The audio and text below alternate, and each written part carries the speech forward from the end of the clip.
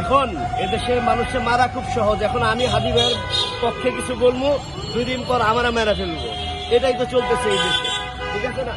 এখন হচ্ছে কি, আমি আপনাদের বলি, আমার খুব মনে পড়ে কিসের দিকে, ওইটার নাম কি জানো, মালিবাগে একদিন ভাইয়ের সাথে বৈশা চা খাইছি, হাত মিলাইছি, সব কিছু করছি। তখন তার কিছুদিন আগেও হাদি ভাই টক শোতে বলছিলেন যে উনারে মায়েরা ফেলানোর জন্য 10টা নাম্বার আসছে, 10টা নাম্বারে ফোন আসছে, 10টা নাম্বার জিডি নাম্বারে জিডি করছে।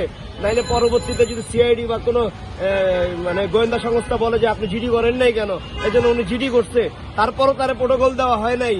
আমরা সাধারণ সব মানুষ তার সামনে যেতে পারতেছি, আর এখন ওনার কবরে পাহারা দেয়। তার মানে এগুলা কি আমরা বুঝতে পারি কি? এগুলো আমরা বুঝতে পারি যে ডালমে কুচ কালা হে ভাই। ইন্ডিয়া যদি 20% ক্ষমতা রাখে উনারে মারার জন্য, বাংলাদেশে 80% ক্ষমতা রাখছে, হাত আছে উনারে মারার জন্য। আমার কাছে কেন যেন মনে হয়।